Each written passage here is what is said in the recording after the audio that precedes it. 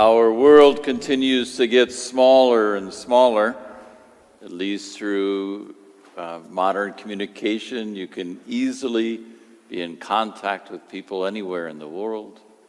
But even our neighborhoods are probably seemingly smaller because of the number of different kinds of folks that live just right around us. So you don't have to go very far to run into somebody who might be a Hindu or a Muslim or a Buddhist, Taoist. They're just kind of right there. I was talking to a woman the other day who was visiting one of our new neighbors, an Afghan family down the street, and in the middle of the conversation, they had to go pray because it was time for prayer. And so just wait, prayer happens, and come back, and off we go. So those little encounters take place. The closest one that we should probably know better is our Jewish brothers and sisters. Though growing up in the Catholic ghetto of Columbus, there was one Jewish family in town, and one of their daughters was in my class, and we think, oh, she's not Catholic, she's Jewish, so she must be really strange, is what we thought, growing up, and we only knew Catholics. Really, it wasn't until I was ordained and serving at Pius X, and down the street, Temple Israel was located in those years, and they would have these regular lunches and gatherings where we as Christians could learn what our Jewish brothers and sisters believed, and that was very eye-opening because we tended to stereotype those folks over the years, and even you'd hear it in preaching where priests and ministers might say, well, the Jewish community was like this, but Jesus is very different from them. And the more I got to know the Jewish community, I think, no, Jesus was Jewish. It's one of the things I appreciate about the Chosen series is it really respects his Jewishness, and you see those kind of traditions that are there. So one of the areas that over the years I think has been preached perhaps wrongly is today's gospel. Because you've probably heard, or at least I heard over the years, that the Jews it was all about the law. Everything was, fulfilling the law, being really strict about the law. And Jesus comes and brings a relationship. So it's different. The law-bound people and those who prefer the relationship. And that Jesus kind of gets rid of the law. And you read that a little bit in St. Paul in his vision of what the law was for. But then you hear Jesus today in the gospel say, I have not come to abolish the law. I have not come to abolish it. I have come to fulfill it. And then he goes on and gives these examples. And if you were listening carefully, he didn't abolish any of them. In fact, he made them tougher. Because if he was saying the opposite, like that first one, it says you shall not kill. If he was going to say the opposite, he'd be saying, go ahead and kill. It's all right. You can kill. Get a gun. Go kill anybody. But it's not what he says. He doesn't go opposite any of those laws. When it says don't commit adultery, he doesn't say, oh yeah, that's okay. Go ahead. It's fine. No, he makes it tougher. He looks at perhaps the source of our failures and tries to stop it even before it ever gets there. So he says to us, no, I say to you, you can't even be angry. It's tougher. He says at the very beginning that he came to fulfill the law, not abolish it, but to fulfill it. So what does that mean, to fulfill the law? How do you fulfill a law? If I asked you if you were fulfilling the laws of Omaha, you would say, yeah, I stop at the stop signs. I pay my taxes. What else would be the laws of Omaha? I'm fulfilling them. I'm doing them. Does it mean simply to do the law? So Jesus came to do it. He was finally the one who would follow it correctly, because it had been followed wrongly before that.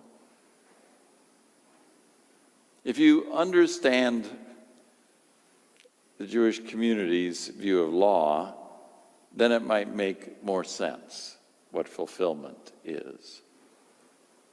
What the law was a gift from God. So the Jewish community was never, that legally bound. Jesus critiques the Pharisees on making human stuff into God's laws. So he critiques them about washing dishes and all those kind of things. You're all upset about that kind of stuff. But the Jewish community appreciated the law because it was a gift from God. You might recall that they got out of Egypt, out of slavery, and then they were instructed to go to this mountain where Moses receives from God the rules of worship. That's what he was going there for. They needed to learn how to worship God. And what they got to worship wasn't rules about how to pray, how to sing, kneel, stand, any of that. It was the Ten Commandments. Those are the laws of worship. Because what the law did was it gave you a good relationship with God. If you followed the law, which wasn't all that demanding, if you followed that, your relationship with God was good. You could pray, and that relationship was fine. You didn't have to come and say, first of all, sorry. But you were living that. That was the rules of relationship. It made things go well. We could give probably an example of today's, so if you were a substitute teacher in a classroom and you went in and the classroom was just chaos because there were no rules in the classroom, would you like that experience? I would guess not. That's been my experience. If I go into a classroom and it's chaos. But if I go into a classroom and they're all following the rules and they're well behaved and they're eager to learn, I think, wow, this was the best experience ever. These were the greatest kids. Yeah. Because that's what the rules did. It made it a great experience. And that's what the law did for the Jewish community. Their relationship with God was a great experience. The law makes the relationship complete. Jesus, in fulfilling the law, is the relationship. He is the law. He is God. So the fulfillment of the law is the relationship is complete. Is there a difference between law and relationship? That kind of stereotypical division? No. No, it's not a division. Because the law is not against the relationship. The law makes the relationship good. Jesus completes the relationship. He is in flesh God. So that's the big difference we have with the Jewish community, is that part. Not a difference about the law. The law still stands. The difference is we believe Jesus is God, and they don't. But we do. But why does Jesus give you this higher standard? Because he raises it. It's not just don't kill, it's don't get angry. It's not just don't commit adultery, but don't look at anybody lustfully. It's not just speak carefully. No, don't be honest. Don't swear. Or we'll hear next week even greater demands. Why? Why would he do that? It's because of who you are.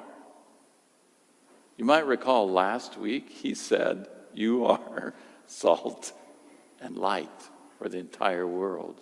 You are followers of his. You are children of God. When he finishes this long Sermon on the Mount, which we'll get in a while, we'll run into Lent before we get done. But he says he tells us why you should do all these things. Not because they're easy, not because they make sense, none of that.